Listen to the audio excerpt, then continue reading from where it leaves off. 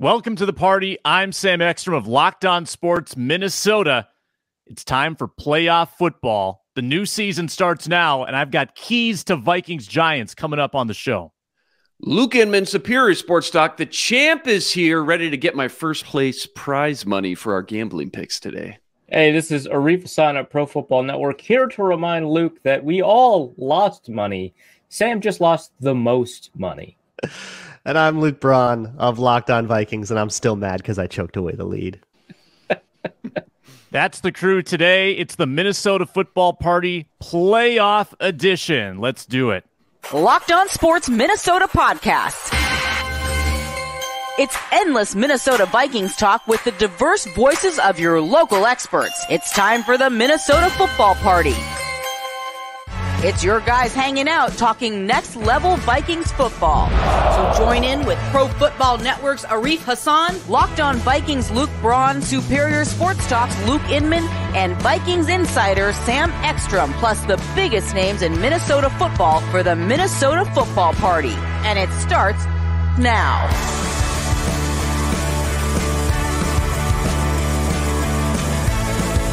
Welcome in, Minnesota Football Party on a Monday. The regular season is over. The playoffs still to come. I'm Sam Ekstrom on Twitter at Sam Ekstrom of Locked On Sports Minnesota. The two Lukes, Luke Inman at Luke_Spinman, also Locked On Sports Minnesota, and Luke Braun of Locked On Vikings and the Locked On Vikings postcast at Luke Braun NFL on Twitter. Arif Hassan, Pro Football Network, at Arif Hassan NFL. It's the four of us back together for the first time in a while. A lot of holiday vacations, absences. Here we are, putting a bow on this regular season. The Vikings finished 13-4. Glorified preseason game yesterday. We'll have takeaways from that and how it translates to the postseason as we begin to preview the Giants for the second time in 3 weeks. We'll also have our final gambling standings, as Luke alluded to. He may or may not be the champion, and I may or may not be the one being punished at the end of all this. But before we get into all of that, a reminder to check us out on Amazon Fire and Roku, the Locked On Sports Minnesota app. You can subscribe to Locked On Sports Minnesota on YouTube, get us on video, and we're free and available wherever you get your podcasts. Subscribe to Locked On Sports Minnesota. You get the Ron Johnson Show. You get the Minnesota Football Party, the postcast, press conferences from the Vikings locker room, all that good stuff, and plenty of Vikings content coming to you this week. Well, we'll kick it off here, gentlemen. Vikings 29, Bears 13, ugly game, backups played. Is there anything meaningful to glean from Vikings-Bears yesterday? Let's go around the horn. Luke Inman. Yeah, Luke and I talked on the postcast right after the game, kind of mentioned it's difficult to get your typical player evaluations in games like these, much smaller sample size. Obviously, you know, it's a much more conservative vanilla game plan going in. And then on top of it, it's such a bad Chicago roster. We kind of picked on them quite a bit yesterday as well after the game. We kind of hoped, we talked about it all week, Vikings would find some momentum heading into the playoffs a little bit. I did think the offense moved the ball well all day. I think their one and only punt was with, what, minute and change left in the game. But like just from a pure evaluation standpoint, the Bears are just so bad. That's clearly one of the worst rosters in the NFL. But nonetheless, you don't control who you play, right? I think there was some good things the Vikings did well. They can come away with feeling good about heading into their playoff game versus the Giants next week. I will say definitely one of the bigger storylines that's just kind of unfolded over the last month or so in this offense, the emergence of KJ Osborne. And I don't think it's like a big surprise or anything. We kind of all knew it was in there somewhere. But now to see him go off the way he has the last 4 or 5 games, I think it's something the Vikings may try to capitalize on going into the playoffs, maybe as that new third piece we talked about. Is it Adam Thielen? Is it Hawkinson? Maybe he's that new third piece down the stretch, stretching the field vertically while defenses maybe start to cheat on JJ's side or stack in the box. Or maybe it's just a guy to help move the sticks on third down too. But given the play as of late, I do think KOC is going to try to continue to get the ball to KJ Osborne moving forward. I think, too, if the number one thing was getting out of Chicago healthy, the number two thing was getting some good reps between Chris Reed and Kirk Cousins. And I thought all in all, I think Chris Reed not only did far better as a center and everything that comes along with it, but just as a blocker, too. I think people could feel, for a third-string center now at this point, I think people can feel pretty comfortable about him being the guy. If Bradbury can't go, which I don't know what you guys are hearing, still seems like a big mystery. Still want my Bradbury Brandel cocktail in the playoffs. But, I don't know. But we'll see about that. Yeah, not having practiced at all is a concern, and it sounds like they're going to try it with Bradbury this week and see how he responds. Arif Hassan. Yeah, I think Luke spoke for all of us in his 4 minutes there. Show's over. Take care, guys. See you next holidays. Interesting. Luke is the one that has the hard out faster than any of us. So he's just filibustering. Trying to get everything in now. Yep. Yeah. But yeah, I just want to be careful because the last time the Vikings played a meaningless game in Chicago, we were raving about how good Alexander Hollins and Oli Udoh were. Yeah. What a fantastic group they turned out to be. So I just want to be careful there. So I will say Duke Shelley playing another game adds another set of snaps to his sample size to tell us that he's a quality corner, that he's somebody that the Vikings might be able to trust going forward as maybe a cornerback 3, much less a cornerback 4 or 5. I don't know. He is clearly not comfortable with playing in the slot. He said so right after the game, but having him as a backup outside corner is really nice. Chris Reed playing well after, taking practice snaps with the offense was nice. I wonder what could have been if maybe he was given a shot to compete for the starting center job back in Yays. Yeah. I don't know. Yeah. Center blocker, I don't know. But, that was nice to see. Like Luke said, KJ Osborne kind of breaking out. Again, a lot of the stuff is not meaningful. Would have been nice to see a little bit more. Would have been nice to see Kirk Cousins play with a little bit more consistency. Didn't get to see that. Not too worried that we didn't see it. The end of half mistake with the 15-second dump off right before the first down marker. Don't know what that was about, but glad that happened in a meaningless game because otherwise Vikings have been, what you call them, Luke Braun, situational masters. That's what Kevin O'Connell calls them. But yeah, that's his word. That's you've been banging that drum, so I just needed to. Yeah, I missed the circus on this. So I was working. I was doing hockey. And I saw it on a TV. I saw him check down, and I didn't know they didn't have timeouts because I was only very loosely watching it at that time. Vintage 2021 Kurt. I saw the catch, and I'm like, fourth down, field goal. Reminder. I walked out. So I missed the scramble onto the field. I missed the whole replay. So what prevented that field goal from standing? TJ Hawkinson, I believe, was the 12th man on the field. They just didn't get the guy. They didn't. He was running off the field. Yeah, he was running off the field. Yeah. Oh. That would have been insane to get that off in the amount of time that they had left over. Not acceptable. The long snapper was just going to snap it no matter what at 1 second. Yeah. Like he was like, well, screw it. I mean, whatever. We'll see what happens. I'm snapping it at 1 second, but yeah, it was just not a great play from top to bottom. The drill for that typically takes 1.5 to 2 seconds longer, and that's an ideal practice condition. So it's just nuts that you'd be able to do that. The fact that they were close is exciting and interesting. Wow. But you don't get it's not horseshoes, right? You don't get that many points for being close. So, glad that they got that out of the way in a meaningless game because otherwise they've been pretty good in situations. But yeah, it's a preseason game. I like what I saw from the starters that, I needed to see more from. I didn't like what I saw from the starters that, we've been relying on all year to play well. Players like Justin Jefferson, Kirk Cousins, but also kind of don't care all that much. Bears are bad. That's good news. You didn't like what you saw from Kirk Cousins and Justin Jefferson? Is that what you said? Yeah. What didn't you like? That Kirk Cousins was inconsistent, was not able to get, his accuracy, to the level that I think it needed to be. It has been over the past 4 or 5 weeks. He's played some really good football over the past 4 or 5 weeks. I've been criticizing him all season, saying that he hasn't lived up to what he was able to do in 2021 in the first through third quarters. And I think that he's been able to do that, especially, in that stretch, right after the Colts game, just all the way up to the Giants game. I think that, he'd been doing some pretty good stuff, but this game, I thought he wasn't as accurate. His decisions weren't as good. He was forcing the ball a little bit too much. His timing and rhythm were off. So, okay, fine. To me, this game says a lot about the importance of game week focus. I think the Vikings were not focused for this game heading in, knowing that they weren't even going to play the full game. And it feels like it showed. Like Luke said, fairly basic game plan. To me, it looked like the players were not playing very detailed football. There was miscommunication that reminded me of the beginning of the season rather than, the middle or the end of the season. That end zone shot to Thielen when he broke inside versus outside, for example, is one. But yeah, I mean, it's again, I don't want to dig into it because it's not a big deal to me because I don't think they cared all that much about this game. But yeah, I mean, if you wanted to see more from them, you didn't get to see it. And I'll take your word for it. Rare game where I didn't get to see every single play. So I guess I can't judge either way. I just know the numbers on Cousins were fine, but that doesn't always tell the story. Luke Braun, is there anything left on the bone? Bunch of completions, yeah. For you? Yeah. Anything left in the bone for Luke Braun to tackle from that game? Yeah, I think it was Andrew Kramer put it really well. This was like a tune-up, and I think they needed that. That's really all I cared about. I just wanted to see him get out there, and like I wanted to see Chris Reed get the snap counts right, so we didn't have to have go to figure out if Josh Sokol can play center or something like that. Like, oh god, I just wanted to see them kind of like generally function because they didn't do that in Lambeau, and I just wanted to see that, and we saw that, so that's good enough for me. All the other stuff, yeah, like what Reeves said, like kind of who cares about the actual minutia of the game. This was a very much a let's just get out of this one and sort of effortlessly curb stomp JV expansion team. Like, yeah.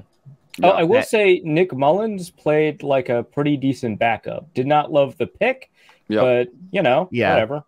He played like a West Coast. And he did against the Packers too, as well. Yeah.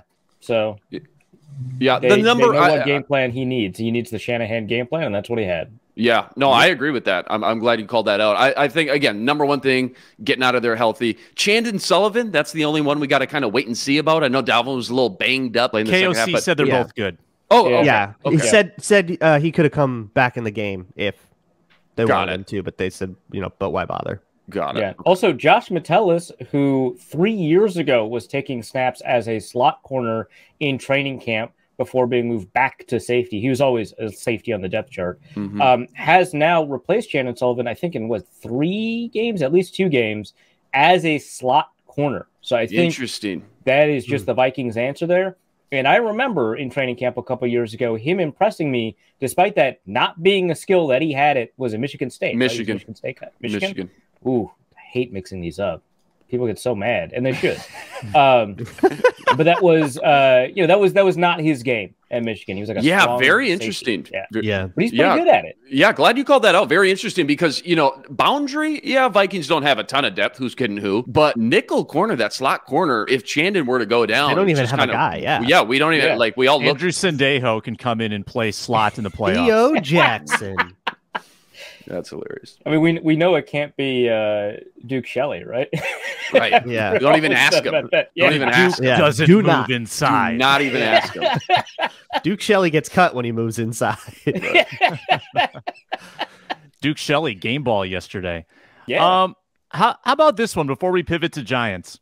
Unsung heroes for the whole season. It's fun to talk about this game to game, kind of who stands out, who overachieves on a game-to-game basis. How about the whole season? Yeah, I think Duke Shelley might be right up there, but let's go reverse this time. Braun, your unsung hero / heroes just for the 2022 Vikings. As unsung as I can go is probably Kyrie's Tonga. Maybe he's just on my mind because of the game he had against Chicago, the true revenge game. But man, every time he came in, he was pushing someone back. He's been quite a force as a rotational nose. I know. I mean, we got Dalvin Tomlinson and Harrison Phillips. You're not going to replace those two guys. But those guys have to come off the field a lot. They are big and they get tired. So having somebody that can go in, replace him, and actually like generate production, not just exist and hope they don't screw up, but actually like be a weapon. Yeah, that rules. Go Tonga. Wouldn't you love to talk to Kwesi and figure out what caught his eye about Shelley and Tonga when he brought him in, just to see what his process is? We probably will never know exactly, but was there a stat? Was there something on film that stood out? I just want to know how he's like finding these diamonds in the rough. Arif, unsung heroes. I yelled because he took my Tonga pick. Yeah. I mean, that's the answer, right? Yeah. Yeah, because like the problem is the guys that are typically unsung heroes, we've been banging the drum for. We've been talking about like Christian Darrisaw, how well he's played.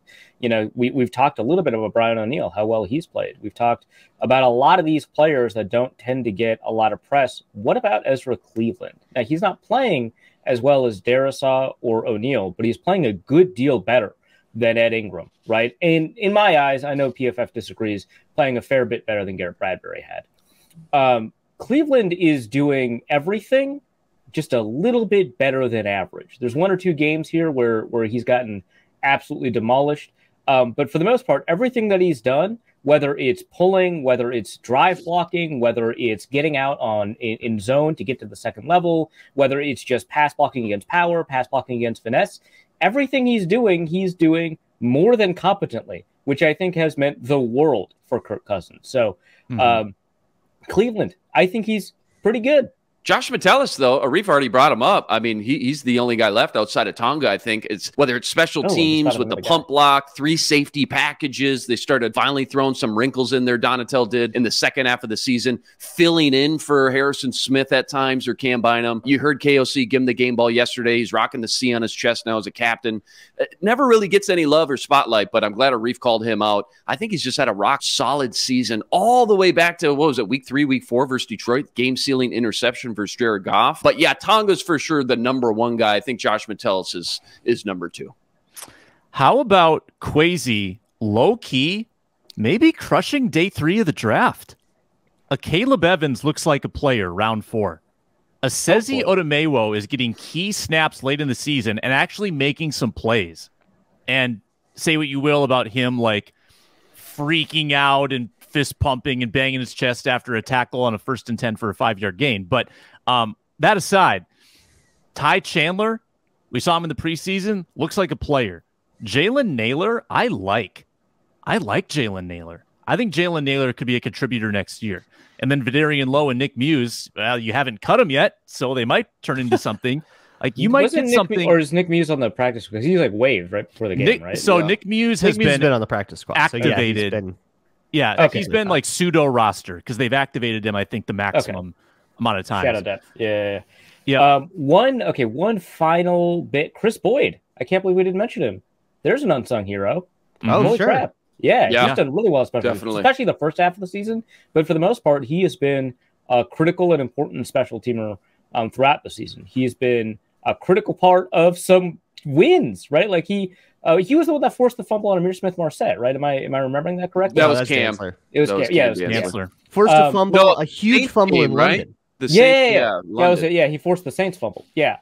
But he has been just a remarkable gunner. He's been good in kickoff coverage, which we're learning is a skill that you need to develop.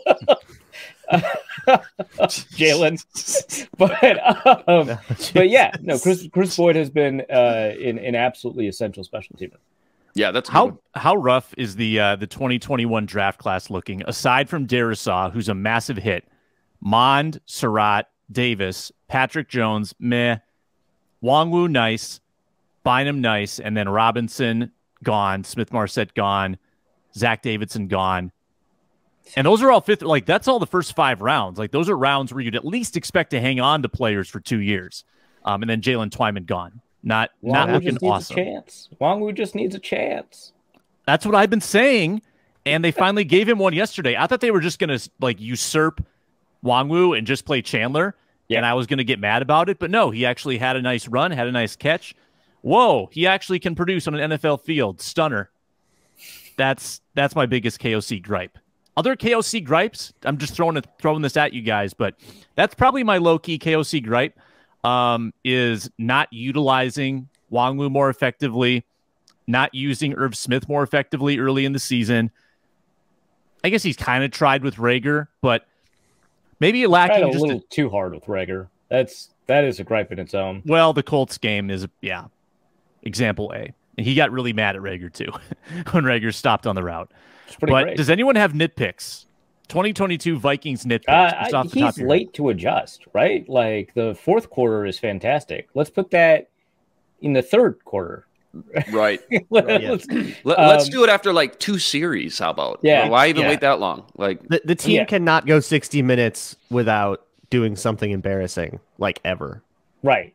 It's that's actually precisely but specifically offensively, just like the fact that he cannot seem to establish a way to get that offense in rhythm, like period. Like I how many games have we felt that the offense was just kind of chugging along for 4 quarters? Never. Has there been a game? Am I missing one? No. And so he's the offensive coach. He's like this like incredible. And again, he's done a really good job, right? So this particular rant is not meant to say get rid of him or he's underperforming. He's overperforming, right? But for the most part, if we're talking about specific nitpicks and gripes, make sure that offense remains in rhythm, because the way that progression system was designed for Cousins does not work with who Cousins is as a quarterback. And I know sometimes you just got to take a chance and hope that it will, and it doesn't. So they need to find ways to adjust, either shorten the dropbacks, shorten the read progression, whatever. I know that I got Justin Jefferson 1,800 yards, but the goal is not to get Jefferson 1,800 yards. The goal is to score points. So,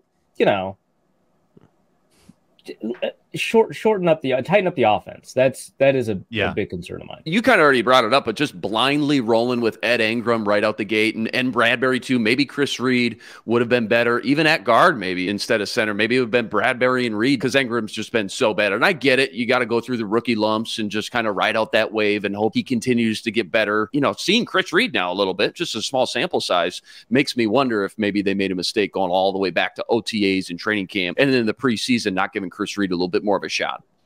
Let me tease this for Thursday. On Thursday, we're going to revisit our preseason predictions. We'll see who was more prescient in their predictions for the year. God. We'll have some funny audio if we really mess I did not take those seriously. Oh, God. I am very excited because I honestly don't downplay it now. Don't set the bar low. Did I take the under on 9.5? I'm pretty sure I did. I'm pretty sure I did. I definitely nailed the win-loss because I think I went 12. I think I got that. I think That's I said all I remember. Jefferson would get 2,010 yards.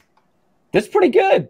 That's not bad. I mean, that might be the closest one. I'm almost positive I had KJ Osborne in 1,000-yard, 10 touchdown. Yeah. I know I whiffed on KJ for sure. I think Ron Johnson had Justin Jefferson getting 2,000, Adam Thielen and KJ getting 1,000. He had too many yards for an offense to possibly have. But we'll give him a hard time on Thursday for that. Digressing to the Giants game, we've got some keys to the Giants after I tell you about BetOnline and betonline.net, your number one source for sports betting info, stats, news, and analysis. You can get all the NFL playoff odds, NCAA football championship odds. Whoa, that game's tonight. Georgia's favored by 13 in a championship game. That's nuts. Over under 63.5. I love college football. Vikings against the Giants, they're favored by 3. Can the Seahawks upset the 49ers? They're 10-point dogs. You can get all of this data, all the trends at betonline.net. It's every line, every league, and get it on your mobile device as well. BetOnline, where the game starts. Vikings-Giants, second time in 3 weeks. Minnesota field goal favorites. The Giants didn't really try yesterday, sort of like the Vikings. They lost to the Eagles. So they come in with... I feel the same way about this team that I did 3 weeks ago, fellas. They are not going to explode on you offensively. They are a putsy offense that runs the ball nicely. They will move the chains, but I really think we saw kind of what they're all about in that game 3 weeks ago, is that they can extend drives, but they're not great at finishing them because they don't have explosive capability. And Daniel Jones doesn't scare me. The receiving core doesn't scare me. Am I overlooking this Giants team by not taking them totally seriously? Kenny Golladay finally has it. He scored his first Giants touchdown. That's wild. He is ready to go. You are vastly underestimating. What do they call him? Was it Baby Megatron? Was that his? That was his Babytron? Deal, right? Yeah, Babytron. Yeah, that was his deal. Yeah, let's see if Pro Football Reference has a nickname for him. Sometimes they do that. Oh yeah, they're in Baby. You're right, Babytron. Babytron it is. Yep. Yeah. Good teamwork, Luke. I hope to never say that again. That felt disgusting. Never again. Okay, yeah, but there's a reason the Vikings had to score a record-long field goal in order to win a game at home against them, right? They're not a great team, but that's kind of what the Vikings. The Vikings are not a great team. I don't know what to tell you. The saving grace might be that defensively the secondary is injured. They don't have Adoree Jackson. I don't know if they'll have Julian Love for this game. Obviously, there were a bunch of healthy scratches for this game. The Giants mostly played backup. So I don't know. I'm pretty sure Dexter Lawrence is healthy, but I don't know about Azeez Ojulari and so on. But Kayvon Thibodeau is better now than he was when the Vikings played him like 3-4 weeks ago. He is on a tear. I don't know if that's variance or if that is something that he has just kind of unlocked as a rookie. So that's something to be concerned about, especially if the Vikings don't have their offensive lineman. And I think that that's the concern. The Vikings are a worse team now than they were 4 weeks ago, 3 weeks ago because of injuries. The Giants, I think, might be a better team because they got back a bunch of pass rushers right after the Vikings Giants game, right, with like the Akors and stuff. No, that was the Lions. Sorry, but they got back a number of players from injury that concern me. So they know how to use Daniel Bellinger. I would say that the Vikings should and are favored, right? I think the Vikings opened as 4-point favorites or something like that. I got bet down to 3. I think it got bet down to 3. Did it start at 4? Okay, I think so. Maybe I'm wrong. It's still getting hammered. There was a bunch of public money on the Giants on that one, and there's a reason. I mean, the Giants are fine. The Vikings are fine. Daniel Jones is a good running quarterback. We did not see a ton of that against the Vikings, and that is a skill set that concerns me against the Vikings. Maybe it's just kind of like a genetic memory of watching the Vikings against running quarterbacks for so long, and it doesn't apply to this roster. But until I see them do a better job being more consistent about shutting down running quarterbacks that are intentional about their decision to run the ball, I'm going to continue to be concerned about it. So there's reasons to worry. I do think the Vikings are a better team, but not by so much that I'm not like unconcerned. A lot of great points of why we can't just overlook this team. But of all the playoff matchups and teams out there, I think a lot of people had this one circled as one of the better matchups for the Vikings. And it's not so much because the way the Vikings are built, I think they can expose a lot of the Giants' weaknesses or anything like that. I think really at the end of the day, more than anything, I just think the Giants are the worst NFC team in the playoffs. And I think kind of like the Vikings, like Arif mentioned, they've really outplayed their expectations. Brian Daboll done a great job with what he was given. They're overachievers too, and that's a great story. But I think you can only go so far with Daniel Jones as your quarterback with virtually no weapons in the passing game. I know Isaiah Hodges, he had a good game against us, 3 weeks ago? That's worth noting. But outside of that, there's just not a lot that strikes fear in you from them offensively. And that's not to say Saquon Barkley obviously isn't a great elite running back, but I think we all learned from all those years with Adrian Peterson and then Zimmer and Dalvin, like a run-first offense can really only do so much when you get down 10, 14 points and you're forced to pass the ball. I don't expect this defense, just for example, to allow another 30-yard touchdown run on, 4th and 2 from Barkley on a drop play, especially knowing next time Harrison Smith's going to be on the field in a situation like that next time too. So I know it was a close game last time around. I still feel like, though, you can't ask for a better matchup in round 1 if you're the Vikings because the Giants are just, I don't know, they're just so limited offensively. But Arif brought up a great points of why you can't overlook them. He's right. I'm gonna push back on Arif, too, that Thibodeau is any different than when they played the Vikings because he's only played one game since then. I don't think that he's taken any massive strides. Just saying. He was kind of on that streak because he had that game against Washington the week before. Yeah, he was heating up. Yeah, that was Monday Night Football, right? Yes. Was it the tie? Or no, that was the tie late afternoon on a Sunday, I think, after the Vikings-Colts game. No, you're right. Sorry, you're right. It was a night game. Yeah, he's been heating up, though, for a while, for sure. He's been good. Yeah. Braun, are the Giants good?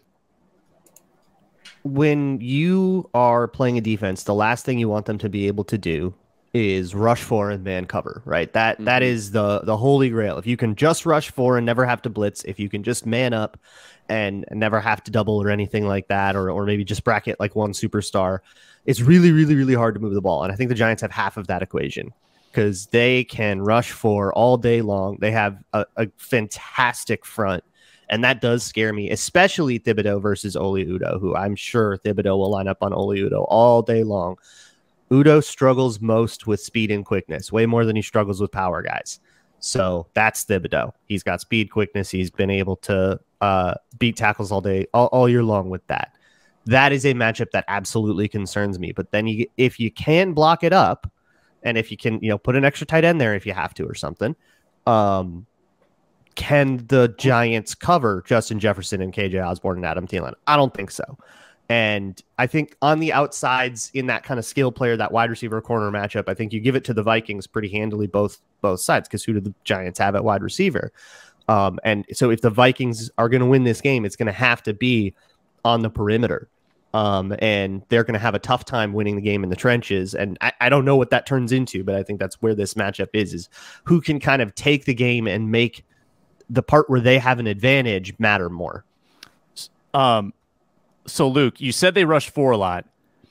I'm also seeing the league high. They have the dudes too if they want to. Okay, they're number 1 in blitz rate by a large margin. That's who they are. Yeah, but the fact that they don't have to, it makes those blitzes more potent. Because they can already threaten our protections, and when they send in blitzers, then that just adds to the problem. You think they're scary? Wait till you see the Niners. Ooh. We're going to see the Niners? Great. They're definitely seeing the Niners. And hopefully, too, I mean, you bring up a great point, like Thibodeau versus Oliudo. Nobody loves that. Maybe it'll be Blake Brandel, though. We'll see. Not that that's like he's sleeping that much better at night, but we'll see how all that shakes out over there, too. Sure. Yeah. No doubt. I do want to push back on one thing. There is literally nothing the defense can allow that would surprise me at this point. A 30-yard run on 4th and 2? Yeah, that's within my expected range of outcomes. That's happened. I don't know. So let's think back through this. Through 17 games, when the Vikings defense got embarrassed, right? Like straight up embarrassed, which I would say first half Eagles, not second half, first half Eagles, embarrassing. Full game Cowboys, embarrassing. Full game Packers, embarrassing. Did the defense ever fall on its face against a mediocre team or mediocre offense? They were bad or below average at times, but I don't think they ever imploded against an offense of the Giants caliber. Maybe the Patriots, maybe the Patriots is the best example of them getting the ball moved against an extremely rough Jets game too. Depends how you view the Lions offense as well. Yeah, Jets game. Yeah. Depends on how embarrassed against the Lions for sure. Lions game. Yeah, you're right. Yeah, the Lions game, but also I think it depends on how you view the Packers offense. I think that's fair. Yeah, right? That's fair. That's a fairly inconsistent offense that doesn't have its communication together. They I shouldn't say they gave up 41, right? Because there were 2 touchdowns that came outside of the offense, but 27 points in 3 quarters is bad, right? That's 36 in 4 quarters. Okay, that's bad. But that was a return touchdown. That was right. That's how they got to 41, right? What I'm saying? They got 27 points on offense before backups went in. So that's 27 points in 3 quarters. That's 36 over 4. That's concerning. And then you add in the 14 that they got over was a pick 6 and a kickoff return, right? So yeah, that's bad. I think that's bad. I think it's fair to say that was getting pantsed. Obviously the Colts game doesn't count. I think the Lions game does count. I think I got kind of lucky against the Cardinals. 26 points against the Cardinals isn't bad, but they're just not a good team. So I want to look into the Giants box score. This will be some PFF research to do throughout the week on the show. What did the Giants do blitz-wise in that game? Who was manned up against Justin Jefferson, or who did best on Jefferson, who did worst on Jefferson? Because Jefferson had a big game. That's going to be an area of emphasis for the Giants. What can they do differently against him? TJ Hawkinson had a massive game.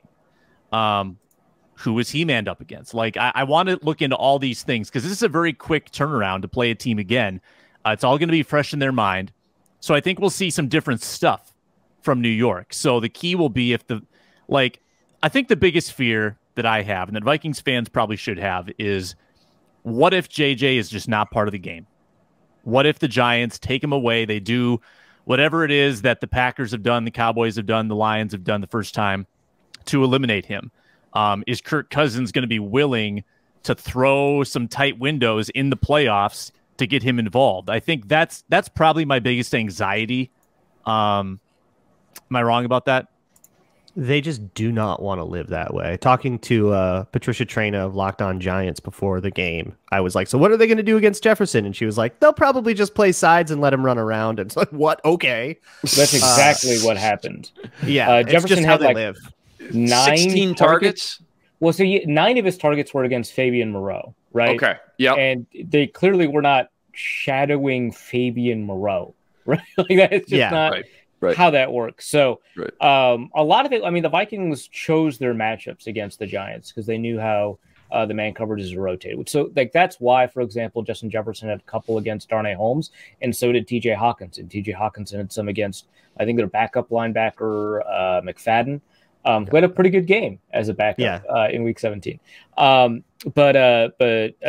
he got lined up against safety Julian Love. I don't know if Julian Love's a safety or a corner anymore. It feels like he keeps switching.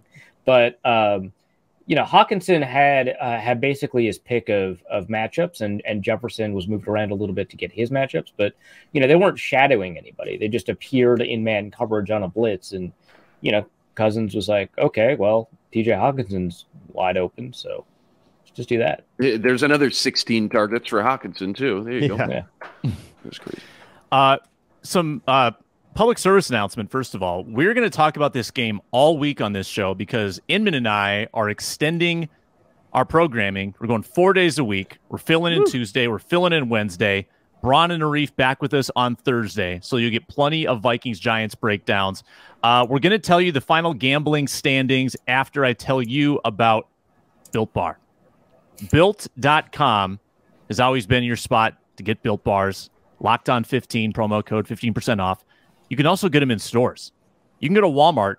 You can get delicious protein-rich Built Bars, cookies and cream, double chocolate, coconut puff. Get the 4-pack at Walmart near the pharmacy section, or go to Sam's Club. Get that big 13-bar box with brownie batter and churro. Why wouldn't you want to get the most revolutionary protein bar on the market that has 100% real chocolate, tastes absolutely delicious, and is so good for you? Really good macros, 130 calories, 4 grams of sugar, and a whopping 17 grams of protein. Again, good and good for you. It's a delicious treat that fuels your body. It's Built Bar, Built.com, Walmart, and Sam's Club. I hesitate to bring this up, but this is the final gambling update of the regular season. Now, we'll come up with something for the postseason, I think. We'll start with a clean slate. Let's start from the bottom. Sam Ekstrom finishes the year 11-21-2 against the spread. Do not ever gamble, kids. It's bad for you. I went 0-2 in the final week with max bets. I finished the season negative $9,269.97. Just shy of losing 10 grand on the year. Ooh. I mean, my record the last 4 weeks. How much should we start with, Sam? I'm curious. Just for reference, because you forgot. 1,000 mythical. So Sam doesn't know that this is actually intervention. Do you guys want to start? Who wants to go first? We're here because we care about you. I'm Sam. Sam, first and foremost, we care about you. We love you. Thank you. Maybe just pick the opposite of whatever you're thinking from here on out, okay? Whatever you think. An intervention does not work with here's a better way to fuel your addiction. Doesn't it? No. Oh, that's hilarious. I've never been to one, so. Look, we're concerned about your drug usage. It's cut with material that you don't want. So if you wanted to find the pure stuff, that's not how an intervention works. Just be better, just in general. Use a better pipe. It's a little. Yours was looking a little dirty. A little better. That is so good. Arif, you had the second worst record and the second lowest bankroll. You get the bronze medal. You went 1-1 this week. Final total 13-20. 1 game short because of the postponement last week. You finish with $432.88. That's right, baby. If anybody needs to lose $570. I'm your man. Luke Braun, you had the lead. I had it. You lost the lead in the final week. You went 0-2. 1 point of the Vikings over. If Greg Joseph makes that extra point, I win this. Yeah, I don't think you would though, because that would only be a $360 swing, and you lost Luke because Luke poured it on. I mean, Luke won because he went 2-0. Okay, 2 big bets of 350. So Luke pulls away with 2-0 record, 16-18 final standings. He finishes with actually money made, $1,234.32. So Luke, you made $234.32, my boy. Congratulations. My boy. Watch out, baby. He's fist pumping. All right. So the punishment is, and Luke's coming to town. Luke Braun is. So we're going to get together. I'm going to put on a football jersey. I'm going to do a little combine at the local football field on camera, to my embarrassment and to everyone else's enjoyment. And should be good for some laughs. That is all for today, gentlemen. Luke, I know you got to get going. Luke Braun, Arif will be back with you on Thursday on the Minnesota Football Party, and Luke and I will be back tomorrow for more Vikings-Giants talk. Make sure to find us on YouTube, wherever you get your podcasts, or Amazon Fire and Roku as well. It's the Minnesota Football Party playoff week. Thanks a lot for watching.